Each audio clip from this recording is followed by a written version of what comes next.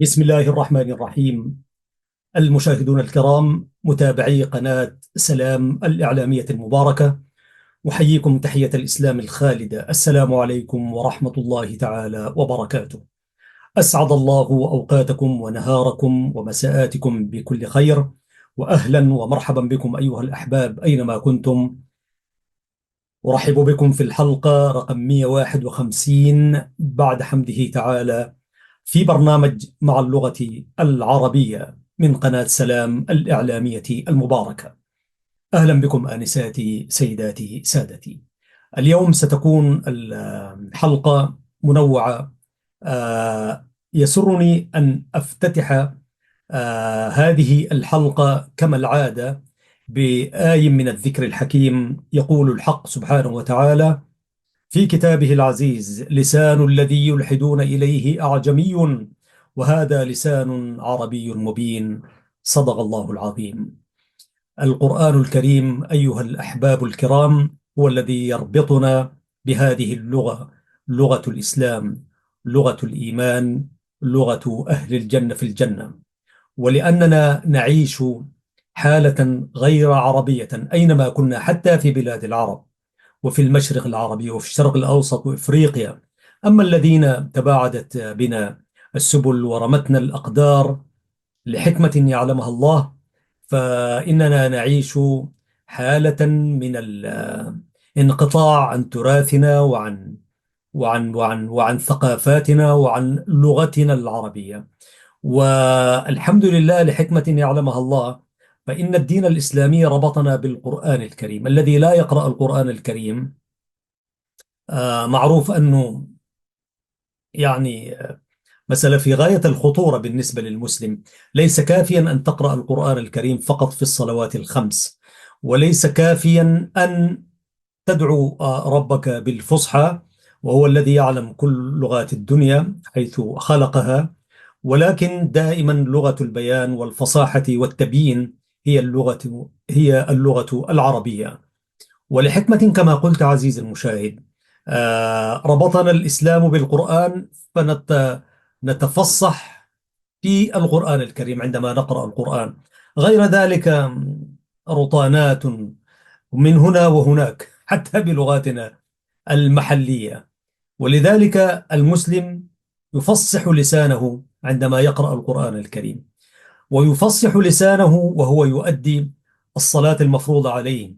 والصلاة عماد الدين، من أقامها فقد أقام الدين ومن تركها فقد هدم الدين.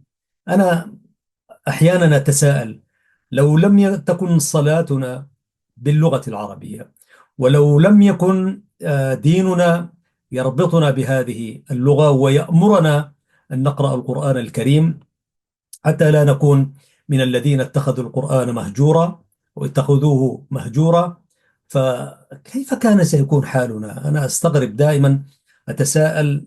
لا الحمد من قبل ومن بعد أن ربطنا بالقرآن الكريم، أن لا بد أن نقرأ القرآن، ولا بد أن نصلي الصلوات الخمس بالقرآن الكريم. هي هذه اللحظات التي نفصح فيها لساننا. والذين من عليهم الله سبحانه وتعالى الذين يعملون في الدعوة إلى الله في المساجد وفي المعاهد وفي مراكز البحث العلمي وفي الجامعات، جامعات العربية أعني. أولئك من الله عليهم فيتحدثون بالعربية. لكن لا أقول وأزعم غير، حتى في المساجد بنجد أن الخطيب بعيد كل البعد عن اللغة العربية الفصيحة بقواعدها وصرفها وبيانها وكل القواعد التي ينبغي أن تكون. ولكن حتى لو انفلت شيئا قليلا فيعود إلى الفصحى، لأنه سيعتمد على آية أو على حديث أو على أثر من آثار العرب وما إلى ذلك، والأشعار أعني هنا، والأمثلة والحكم كذلك. غير ذلك والإعلاميون أحيانا هنالك مع وجود خط برضو يدعو إلى اللهجات حتى في نشرات الأخبار مع الأسف الشديد والتقارير. أما البرامج والحوارات وهكذا حدث ولا حرج. فحتى الآن إلى حد ما نشرات الأخبار هي تلتزم بقواعد اللغة ونحوها وصرفها وبلاغتها وما إلى ذلك، ولكن برضو هنالك أخبار بالدارج يعني. فالإعلاميون برضو يعني يرتبطون باللغة إلى حد ما، ليس كل الإعلاميين، ولكن العدد القليل منهم برضو يلتزم باللغة العربية وما إلى ذلك. نحن أيضا في هذه القناة المباركة وفي هذا البرنامج يعني أحاول أن أتحدث بالفصحى والتزم بالقواعد وما إلى ذلك، ولكن أعذرونا أحيانا نخرج كذلك حتى نحن نخرج من القواعد ونلوك كما يلوك العوام يعني. وأحيانا حتى في مقابلاتنا نتحدث بشيء خارج عن القواعد، وهذا ما لا ينبغي أن يكون. ولكن يعني ربما نجد عذرا إلى حد ما، ولا أبرر لا أبرر نفسي من غوايتها. كل ابن أنثى شريك بين أحوالي، هذا بيت شعر أنا كتبته ذات يوم على عجل يعني. فلا أبرئ نفسي من غوايتها، كل ابن أنثى شريك بين أحوالي. ولذلك نحن أيضا لا نلتزم أحيانا، في أحايين كثيرة لا نلتزم بقواعد اللغة، لأنه نضع في الاعتبار المتلقي. واحدة من رسائل الإعلام أن تحدث جمهورك بما يفهم، لكن هذه فيها خطورة كذلك. جمهورك إذا كان لا يفهم إلا ما سقط ولا يلقط يعني، هل لابد أن تنزل وتخاطبه يعني هذه برضو أنا يعني كرجل إعلامي لا ألتزم بها التزام كامل يعني، لأنه جزء من مسؤولية الإعلامي أن يعلم الجمهور، يعلم المشاهد، يرتقي بذوق المشاهد يعني. وأحيانا إذا كان المشاهد هو أعلى منك درجة في المستوى ما إلى ذلك، فتحاول أن تصل إليه، تصل إلى مستواه. وبالتالي مقولة أنه خاطب الناس بما يفهمون، هذه برضو فيها خطورة وفيها بعد سياسي أعتقد يعني. إذا أخذنا المسألة في عمقها الدلالي وفي رسائلها ويعني خطورتها، لأنه حدث الناس بما ومعها ترتبط مع حدث الناس بما يفهمون، قدموا للناس ما يشتهون. والإنسان طبعا يشتهي أشياء كثيرة، فهل تنزلق معه كذلك لتقدم له ما يشتهيه؟ هذه برضو فيها شيئا من الخطورة. عموما عزيزي المشاهد وعزيزتي المشاهدة، كل ذلك يعني دفعتنا إليه ذكرنا واعتمادنا على الآية المباركة لسان الذي يلحدون إليه إلى آخر الآية.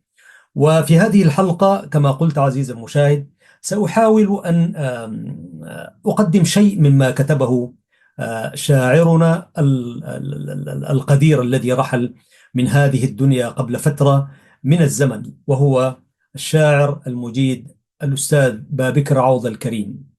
بابكر عوض الكريم هو ليس المتنازع عليه في بلادنا، ولكن هو كما كان يقول هذا هو الشاعر الذي توفي قبل. وكل ما جاء يعني اقترب شهر نوفمبر وديسمبر أتذكر هذا الشاعر المجيد، يقولون هو ابن أم حجر، وآخرون نسبوه إلى منطقة الشوك أو الشواك يعني في السودان بالقرب من القضارف. لكن سواء كان ولد هنا أو هناك، فظل الرجل متعلقا بإريتريا وأحبها حبا جما، حتى كاد يعني يتفوق على كل الناس يعني حقيقة يعني. وهو يعني والدته من إريتريا ووالده من السودان، وكان ينتمي لإريتريا أكثر من انتمائه للسودان. إذا قلنا ذلك لا نبالغ يعني، لأنه كان يحب إريتريا.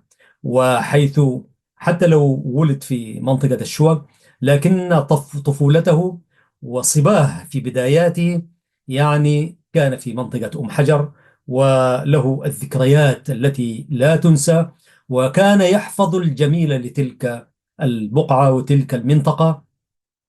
وهو الذي سكب يعني قلمه وفكره مهره لحبه لإريتريا شعرا ونثرا في زمن التحدي وزمن المواجهات، ليس في الفترة الأخيرة التي كنا شهود عيان عليها، حرب بادمة، ولكن حتى قبلها كان يكتب عن إريتريا كثيرا.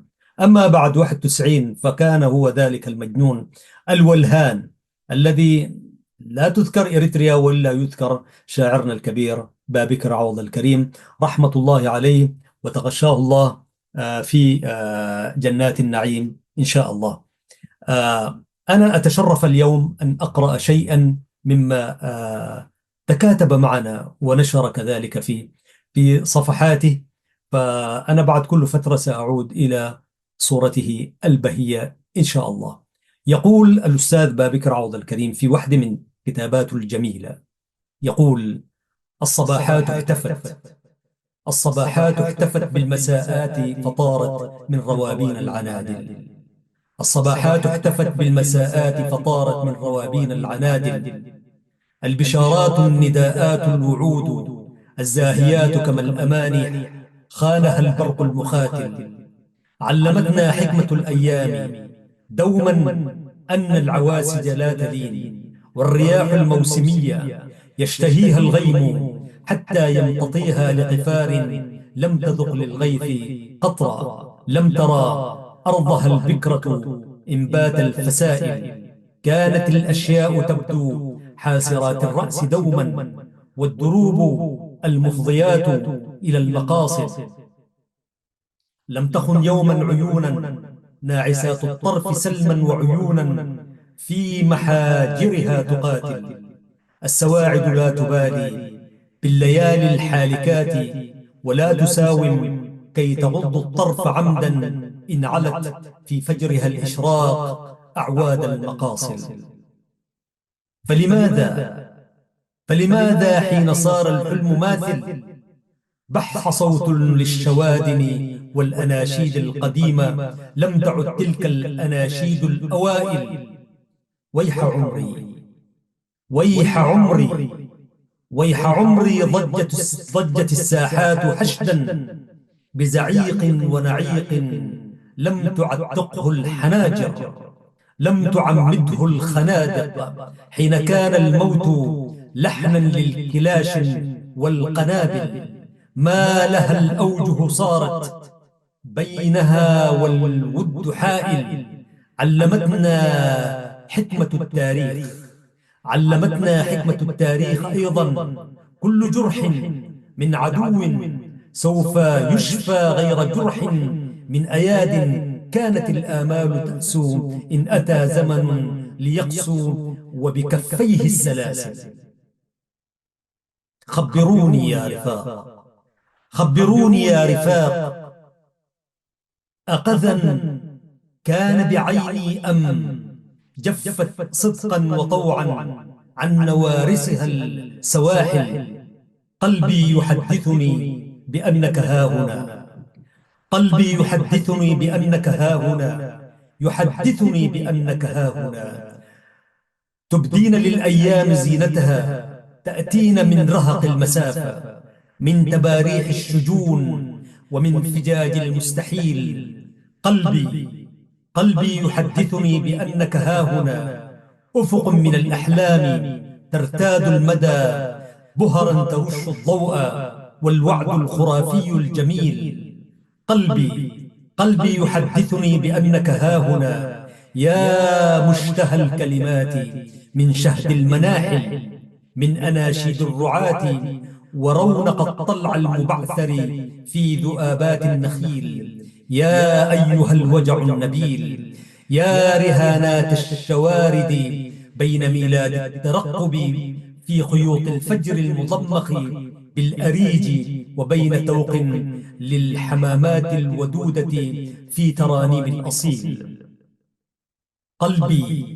قلبي يحدثني بأنك هاهنا، يا عمق بوح الأزمنة، يا رنة الوتر المعبأ بالمنى، يا أروع الأيام حين الطل ينثر في الصباحات العقيق مقاطع التشكيل في الوجه الصبوح ووشوشات الدندنة.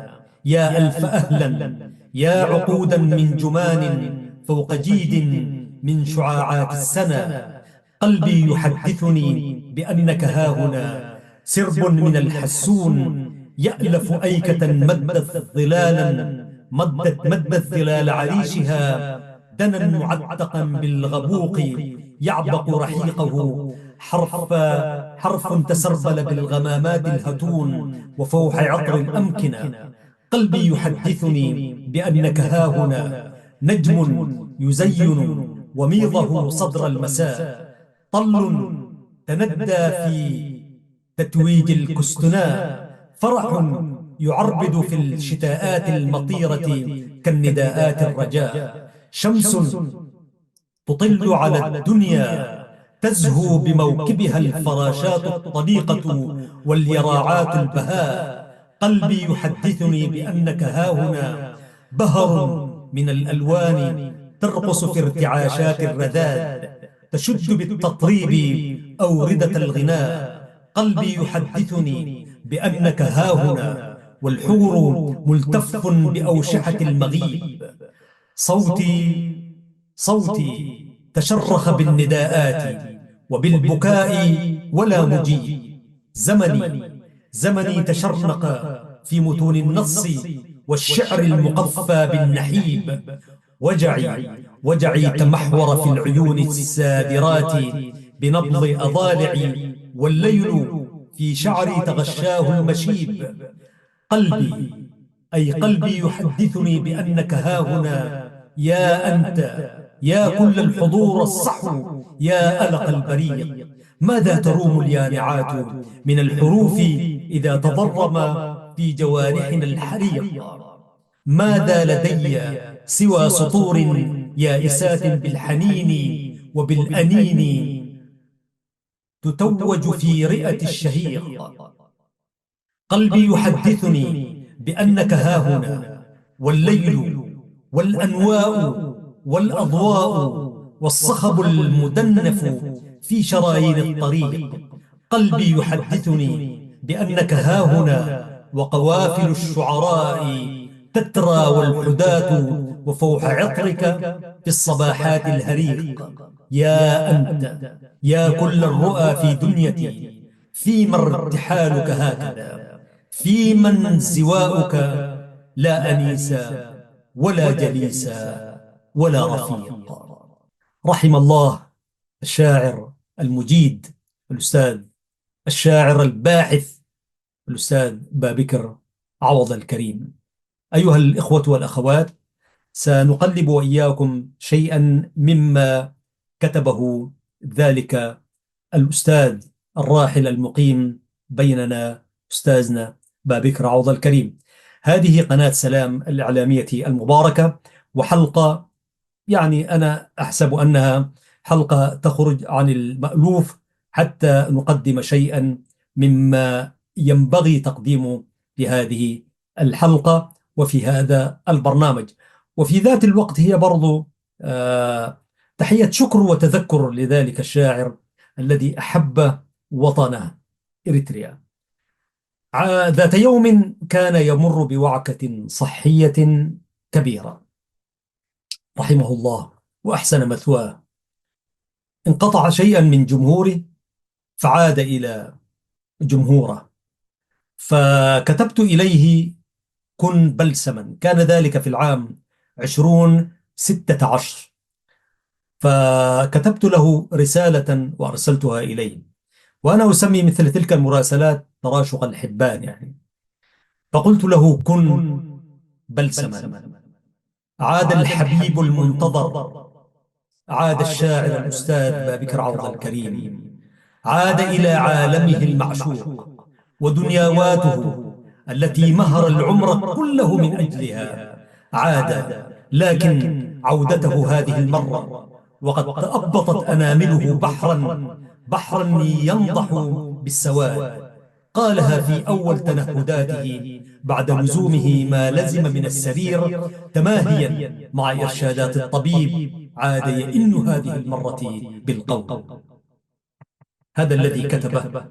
فأخذت ذلك المقطع ورددت عليه. هو يقول سيبك من التعليمات المشددة، فهو بعد يعني أفاق بعد تخدير يعني لعلاج ما، فرمى ذلك فقال: آه هذه حواريك القديمة، فارتجي أن ينبح الأضياف كلب طال عهده بالنباح. زمن تسرب من يديك ولا يديك سوى افتراع الذاكرة، غير التغني بالصباحات التي كانت تزين معصميك، كانت تنث الضوء في وقب العيون الناعسات، لعلها بالكاد ترنو للبلابل ساجعات حين يدركها الصباح. ماذا تروم الآن والسنوات تمضي لمحة، عبثا تحاول صدها أو تستهين بعدها، إذ لا لديك سوى التحملق واندهاشات الخاطرة، أو ربما ذرب اللسان برغم هذا الداء يسري في مفاصلك الوهن، يمتص من تجويفها دفء العظام البكر، ينشر في حوافيها التكلس، تستحيل هياكلا بعد الشباب ورونق الأيام والحلم المتاح.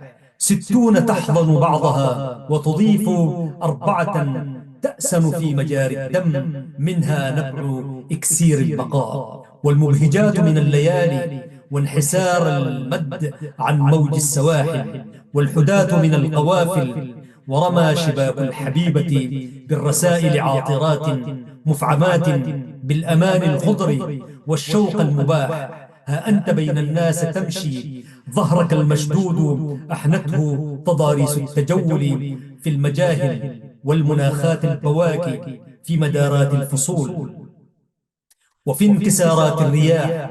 ها أنت تبدو كالغريب، تصارع التيار عكسا دون مداف عتيق، دون ساعد كان مملوءا فتوة، والمساءات الثواكل عن رحابك راحلة.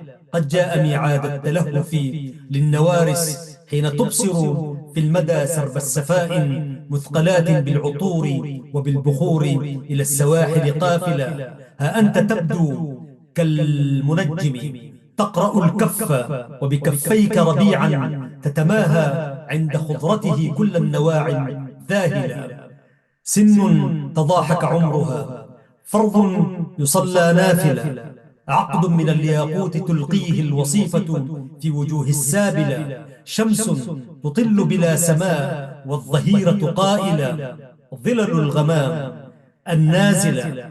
فاقلع حذاءك وانطلق نحو البداية إن أردت توحدا بالذات، توحدا بالآخرين بلا رياء. يفقد المتن بريق النص ومردفات الحاشية، فامسح دموعك سيدي واخلد لبحثك لليراع وللقوافي والرواية والتبتل، ربما تنهال فوق الرأس بغتة غاشية. وامسح دموعك سيدي، هذا القطيع تشابهت ألوانه، فمن يرينا في القطيع لا شيء. فامسح دموعك سيدي، ما زال شعرك والرفاق، ما زال لوحك والشرافة، واندلاق اللون والفراشة والأفق المعبأ بالمراسم، واللوحة الغيداء تبرز من تجاويف الإطار، بهية وجميلة مثل البراءة في ابتسامات الصغار. فاتبع صراطك واستقم، إن جاء وعد الاحتضار، هذا حنوطك سيدي، هذه قصاصات الكف، ولديك لحد سيدي في الانتظار. الله. كتب هذا الكلام. بعد هذا الكلام لم يعش طويلا رحمة الله عليه. فقلت له: شيخنا وسيد القوافي وأمير الحروف الحسان بابكر عوض الكريم، ماذا أقول وأنت ترسم على وجوهنا لوحة قزحية الألوان، تبدو على شرفاتها وجع الفنن وأنين الثواني المترعات بلا وسن. كيف التراشق سيدي وأنت تنشر فينا أشرعة الوهن المسجى خلف ذاكرة الزمن؟ هذه حروفك تستقم بلا خبب، هذه شموسك تستدير بلا شعاع. لم يا زمن وقد أسكنتنا وهج الشموس بلا ضياء؟ تلك الحياة جميلة في أيكها وفي شج الكنار. العندليب أبو الحراز وليت ليتك يا حسن، الباسمات حروفه الراحلات إلى القمر. ماذا بربك سيدي، يا ويحنا غير التباريح التي لا ترتوي إلا من الوجع الدفين. كن سيدي ألقا ومهرا للحياة، كن فيلقا للزند، وإن تصرم عهدنا من ذا وذي. كن بلسما نشر الزمان بريقه وتدثر أحلامه ألق العبير. كن خالدا، كن عاشقا، كن ذاكرا لله كيفما وحيثما صدح الوتر. كن بلسما. هذا الذي كتبت له بعد تنهداته تلك. فرد الأستاذ بابكر عوض الكريم بهذا الكلام: شريف الغالي، كان حريا بك أن تأتي هكذا جوادا أصيلا كعهدك دوما، منذ أن قيض الله لنا أن نلتقي. المرض وإن بلغ أوجه لا يلغي عن الشاعر خاصية الكتابة، لا يلغي عن الشاعر خاصية الكتابة إن لم يزدها اشتعالا. وحينما يكون القضاء من الواهب يكون عطاءات يربي عطاء، فله المنة إن منحني في هذه الدنيا أكثر مما أستحق. لقد أسعدني وجودك الباذخ يا صديقي، مثلما ظل يسعدني دوما ويسند ظهري بإخاء وود صادقين. لا تخف على أخيك، فهذه الهترشات كانت مداعبة ذاتية بين ذاتي وذاتي. هذا النص غرفة بين بابين، عنوان للطلفة الأخرى: لملم جراحك سيدي، وبينها ترقد عيون الحبيب بعنوان: يمم وجهي للجهاد فلم أرى إلا عيونك يا جميلة. دم أخا كريما وشاعرا فذا وحفيظا للعشرة والأيام الطيبات. فرددت عليه بعبارات قليلة: كيف لا أجد الملام في نفسي وأرى شمسا وبدرا يتأوه، ولكنها إرادة الله كما قلت. فقد اطمأن قلبي قليلا بعدما ظن جنوني الجنون. أتمنى من رب العرش الكريم أن يديم عليك الصحة والعافية والسؤدد. دم أخي الحبيب بابكر عوض الكريم. وكانت هناك جملة من الردود والتراشقات من كثير من الأحبة. عموما سيدي الكريم المشاهد الفاضل والمشاهدون الكرام عموما، سنتوقف هنا قليلا ونعود لنكمل ما تبقى من هذه الحلقة. هذه قناة سلام الإعلامية المباركة أيها المشاهدون الكرام، وهذه هي الحلقة رقم 151 بفضله تعالى. استراحة قليلة ونعود إليكم بعد قليل، فكونوا معنا أيها الإخوة المشاهدون.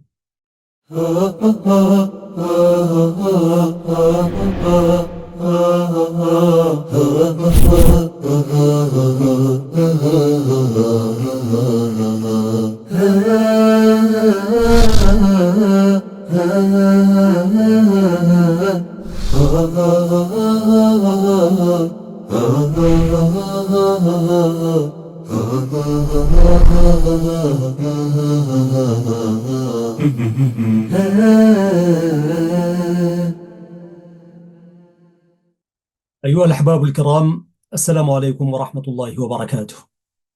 كنت على وعد معكم أن نقدم أشياء من هنا وهناك في هذه الحلقة، ولكن حبيبنا الأستاذ بابكر عوض الكريم رحمة الله عليه، ذلك الكاتب والباحث التاريخ والإعلامي والشاعر، يعني وددت أن نختم معكم بالحديث عنه وقراءة شيء من شعره. فمن شعره التي هي عنوان إحدى دواوينه الخمس أو الست، ديوان لا تودعني وسافر. في هذه القصيدة التي يعني أبهر فيها كبار الشعراء يقول: لا تودعني وسافر. لا الصباحات البكر في عينيك يختزل المسافات المشاعر. لا تودعني وسافر. لا الصباحات البكر في عينيك يختزل المسافات المشاعر. لا اتكاء القمح في حضن البيادر. لا ادعاش الطفل في عمق المدى. لا ترانيم الصدى تقعد الفرح المهاجر. يا حبيبي، يا حبيبي، العصافير الوديعة في أكنتها تغني مولد الفجر على حقل البنفسج. لادن الأغصان من دعة تغنج أو توهج مثل شاعر، فاستبق فجرا شتائيا وماطر. إن رأيت الورد يذبل في المزاهر، أو تعال الآن يا حبب الندى المنثور في طلل الأزاهر. علنا نومض لمحا في الخواطر. علنا نزداد شوقا إذ تغادر. لا تودعني وسافر. يا حبيبي، ها هنا في كل ركن في الزوايا، في المرايا، في حفيف الريح عبر هفهفة الستائر. ها هنا دفء الأماس الهاجسة، خفت الشموع الناعسة، بوح الحروف الهامسة. كلها تبكي المحابر والدفاتر. كلها تبكي المحابر والدفاتر. كلها تبكي ربيعا كان في عينيك حاضر. ها هنا يا دفقة الفجر المكحل بالسنى الوسنان من عبق الضفائر. كانت الدنيا مسارح للطفولة، للشذى الفواح عاطر. كان حبل الود آصر. ها هنا كنا وكان الحب آمر. لا تودعني وسافر. أيها النورس، باعد بين أضواء المدينة والسفينة وارتحل.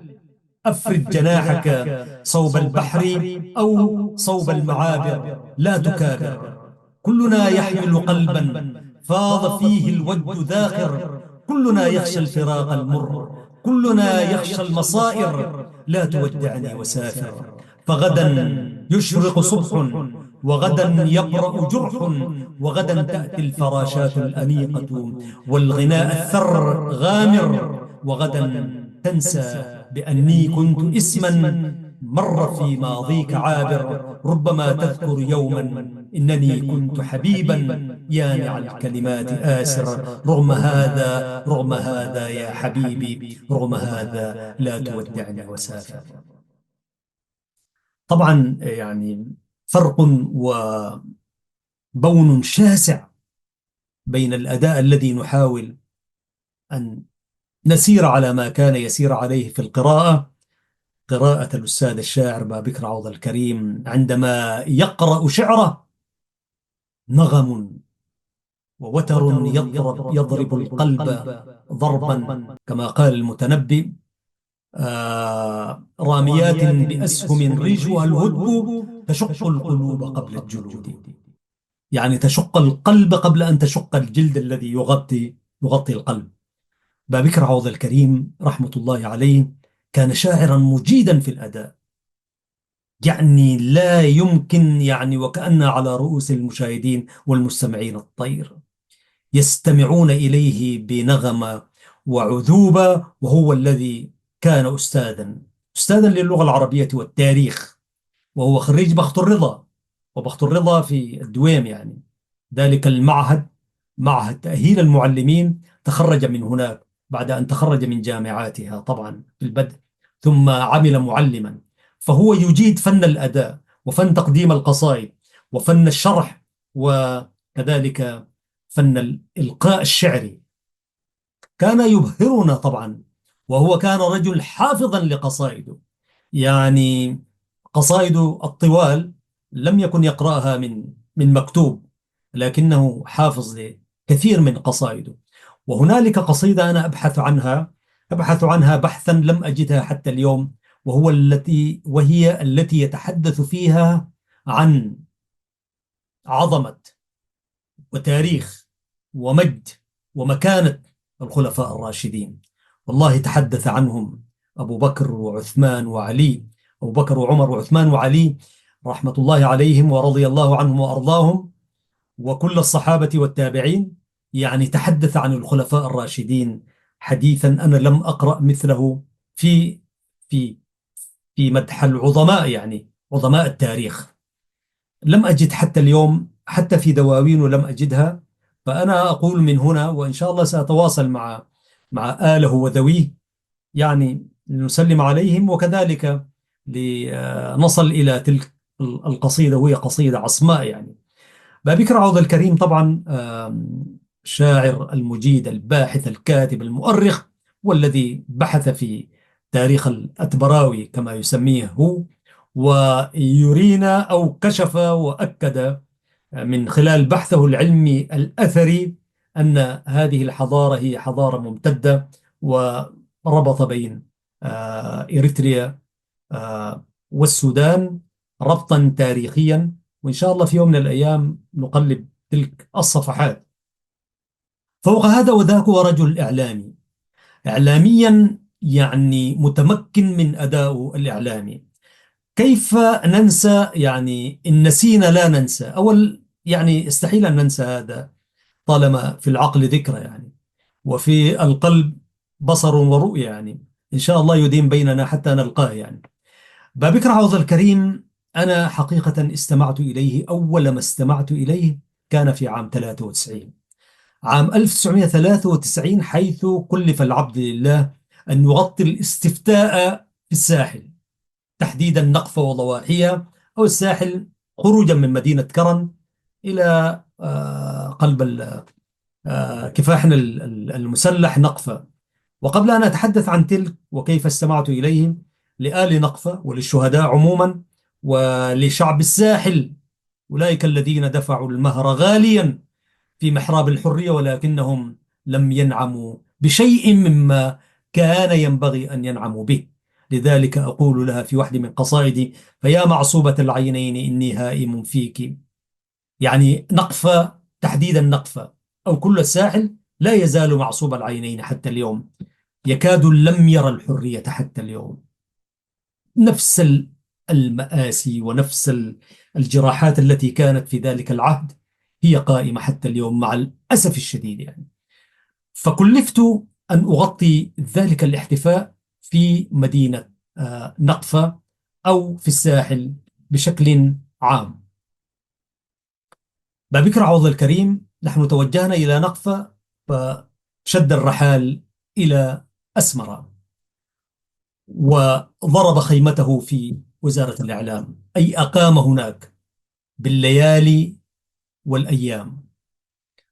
يعني سخر قلمه ذلك وعقله وفكره شعرا ونثرا، حتى نثره هو شعر يمجد فيه إريتريا، ويمجد فيه المقاتل الإريتري، ويكيل بكل أنواع الأوصاف التي ينبغي أن يوصف بها الاستعمار إثيوبيا وأعوانها وغيرها. سخر ذلك وتحدث عن الاستفتاء، وتحدث عن الحملة اللي كانت موجودة، ولا بد أن يعني الناس تصوت لذلك الاستفتاء بلا للاستعمار ونعم للحرية. حتى كان 99.8% من الشعب الإريتري الذي صوت نعم للاستقلال.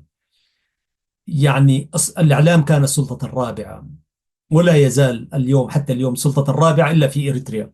في ذلك العهد طبعا كل الإمكانيات الإعلامية كانت مسخرة للاستفتاء، ولأنه لا بد أن ينجز ذلك الاستفتاء. فبابكر عوض الكريم أنا استمعت إليه من مدينة نقفة، وهو يعني ذلك الصوت الجهور الجميل الطروب المقنع. فقلت: من هذا؟ أنا كنت أعرف أخاه الطيب عوض الكريم رحمة الله عليه، حيث كان يعمل في معسكرات اللاجئين الإريتريين، وكان يعمل برضو، كان له علاقة بجهاز التعليم فيما أحسب، في المدارس التي أقامها جهاز التعليم في السودان، في المعسكرات وفي المدن السودانية في منطقة الشرق. فكنت على معرفة بأخيه الطيب عوض الكريم رحمة الله عليه. ف ولم يذكر اسمه آنئذ بابكر عوض الكريم على الطريقة التي كانت ساعتها، أنت تقرأ ولا تذكر اسمك يعني. وربما يعني بعد حمد الله سبحانه وتعالى لنا الفضل بعد الله أنه أدخلنا ذكر الأسماء في أروقة الإذاعة تحديدا يعني، ثم التلفزيون كذلك، حيث لم يكن بأولئك عهدا بذكر أسمائهم وأسماء آبائهم، وهي سنة إعلامية ينبغي أن يسير عليها كل إعلامي. لماذا؟ لأنها حق للمشاهد، حق للمستمع أن يعرف من الذي يقرأ له، من الذي يقرأ له، من الذي يتحدث إليه. فبابكر عوض الكريم جري وراء تلك العادة، وهو الذي ظهر في وسائل إعلامية سودانية كثر، سواء في الخرطوم أو في الأقاليم، وتحديدا الأقاليم الثلاث يعني اللي هو كسلا والقضارف بور سودان. رجل معروف يعني، تعرفه المنابر والمحابر يعني، وتعرفه الأقلام وال... وكل تلك الأنغام الجميلة في الليالي والحضور البهي. فعندما عدت من بعد إكمالنا جميعا كإعلاميين لتغطية الاستفتاء في منطقة الساحل، فشرفت بالتعرف عليه.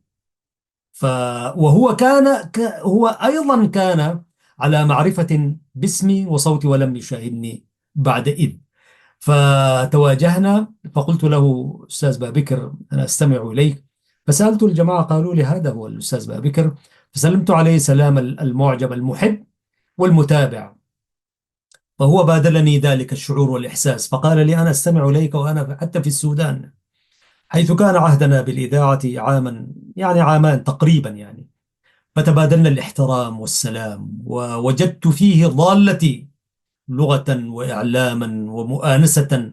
ورجلا كان رجلا ملوحا ظريفا يعني. وعندما يعني خلاص نحن يعني نلملم أطراف التعليقات عليه من هنا وهناك، خاصة أنا كنت يعني قريبا جدا منه، وكان قريب من الكل هو حقيقة، ولكن كانت هنالك حلقة خاصة بيني وبينه. فيقول لك: قيس يا أخ تنبل يا. وقيس تنبل هذه هو لا يرثن كثير يعني، لكن يعرف لأن والدته من قومية أو من قبيلة التقر يعني، لا التحية والسلام. حتى اليوم عايشة والحمد لله يعني، هي تقدمت في العمر. فلما خلاص يطفح به الكيل يقول لك: قيس يا أخ تنبل يا أخ. فأنت تعرف أنه بابكر بلغ به المدى من وهو الشاعر المجيد المتحدث المعلق، ورجل طبعا مثقف من الدرجة. إذا تحدث الإنجليزية فهو ذلك الخواجة كما يقال. أما إذا تحدث هو العربية حتى وهو يتحدث الحديث العادي يعني الدارج السوداني، فيدخل مفردات ينتقيها انتقاء يعني. هو كان قناص الكلمات يعني، وقد استمعنا إليه في شعره. ولذلك يعني هو برضو والناس يعني ومجلس عامر بالعلم والثقافة واللغة والطرف المحترمة. وكان رجلا كريما. أنا لم أرى شاعرا مجيدا بخيلا أبدا يعني. يكفي حاتم الطائي عندما ماوية قالت له: أنت تنفق مالك هنا وهناك، ولمن ستبقينا؟ وفي ذلك العهد القديم يعني. قال لها أماوية: إن المال غاد ورائح، ولم يبقى من المال الأحاديث والذكر إلا الأحاديث والذكر. أماوية إن بخلت لم يكن ضمني شيئا من ذلك. أنا إن شاء الله نأتي يوم نقرأ من شعر حاتم الطائي بإذن الله. أنا أعد المشاهدين كثيرا، ولكنني لا أفي بوعدي، فاعذروني أيها الإخوة والأخوات، لأننا تتلبسنا وتتخطفنا البرامج والأفكار من هنا وهناك. ولكن قال حاتم الطائي: أماوية إن المال غاد ورائح، ولم يبقى من المال إلا الأحاديث والذكر. أماوية إما أنفقت لم يك ضمني، إلى آخر الأبيات الجميلة. بابكر عوض الكريم كان من ذلك النسيج الكريم، مجلسه حافل بالعطاء، يشربون ويأكلون ويتمتعون يعني، كله بالحلال طبعا. بكر عوض الكريم على الرغم من زياراته الكثيرة، وهذا مكان نقدر فيه الناس ونذكر محاسنهم وفضائلهم على المجتمع، بكر عوض الكريم كان يأتي على نفقته الخاصة. يركب الباص ويركب، لا يركب الطائرات، يركب الأتوبيس من القضارف وضواحيها إلى ويشق الشرق هذا والغرب إلى أن يأتي إلى قلب المدائن العاصمة الإريترية أسمرة، فيقيم في فندق خاص يدفع إيجار الفندق واستئجاره من ماله الخاص. كذا مرة طلب منه أن يعني تدفع له الحكومة، فكان يرفض، يقول لا، أنا لا بد أن أساهم في بناء هذه الدولة الفتية. يعني اليوم نحن لا نحاكم المجموعة، نحن نتحدث عن وطن يعني. فكان نزيل فندق كابري في قلب كومبشتاتو كان مجلسه أو فندقه الذي ينزل به عندما يأتي من السودان. وعندما يأتي بابكر عوض الكريم فندق كابري كان يعني كان يعني يحج إليه الإعلاميون والشعراء وغيرهم على قلتنا طبعا، لكن كان مجلسه عامرا، فنحج إليه القانع والمعتر يعني. فمجلسه عامر بالأطايب وبالحديث وبالأكل، ولا يمكن ولا يسمح لأحد أن يسدد شيئا من هذا وذاك يعني. يقيم في ذلك الفندق على نفقته ويأكل من جيبه ومن مال حلاله إلى أن يعود إلى بلاده مترعا بالزهو. وكان يقول أنا أقدل في كومبشتاتو زي ما بقدل في شارع الحرية، يعني شارع التحرير أو شارع النيل يعني أزهو في شارع النيل في الخرطوم كما أزهو في شارع الحرية كومبشتاتو يعني. لا، وكان يعني نحن نسميه شاعر الحراز، هو شيخ الشعراء طبعا. وتبقى الوشائج ما بقى شجر الحراز، هذه قصيدة وبرضو عنوان ديوان من دواوينه. وطبعا كان هو الرتق الذي يربط لحمتين، لحمة واحدة في إريتريا والأخرى في السودان. يعني كان نموذج لوحدة شعب واحد بس عايش على الضفتين، ودائما يقول الضفة الأولى والأخرى. يعني أنا لا أكذب أو لا أزعم إذا قلت إنه كان ينتمي لإريتريا أكثر من انتمائه للسودان. كان يؤمن أنه نفسه إريتريا، لكن ده لا يمنع أنه برضه هو ممتد للسودان يعني. ولذلك رحم الله شاعرنا الكبير الكاتب والباحث والأستاذ والإعلامي بابكر عوض الكريم. أنا عنا لي اليوم تذكرته هكذا وقلت نقدم مما قدموا ونقدم شهادات بحقه وشكرا وتقديرا له، ونسلم على أبنائه وبناته الكرام ووالدته، ربنا يديها الصحة والعافية، وعلى محبيه على امتداد القطرين أو القطر الواحد في الضفتين إريتريا والسودان والمشرق العربي كله. لمحبيه نحييهم ونسلم عليهم. وأقول عبر هذا البرنامج كل من أراد أن يتحدث عن فضائل وعن أدب وعن إشراقات وثقافات الشاعر بابكر عوض الكريم، أهلا به في هذه القناة الحرة المباركة. تحياتي لكم أيها الإخوة والأخوات، محدثكم معد ومقدم البرنامج أحمد شريف. يقول الحق سبحانه وتعالى في محكم تنزيله: لسان الذي يلحدون إليه أعجمي وهذا لسان عربي مبين. صدق الله العظيم. ويقول الشاعر: الحي حي من حياة لسانه، فإذا أبيد من اللسان أبيد. ألتقيكم سيداتي سادتي بحوله تعالى في الحلقة المقبلة. حتى ذلكم الحين نستودعكم الله، والسلام عليكم ورحمة الله وبركاته.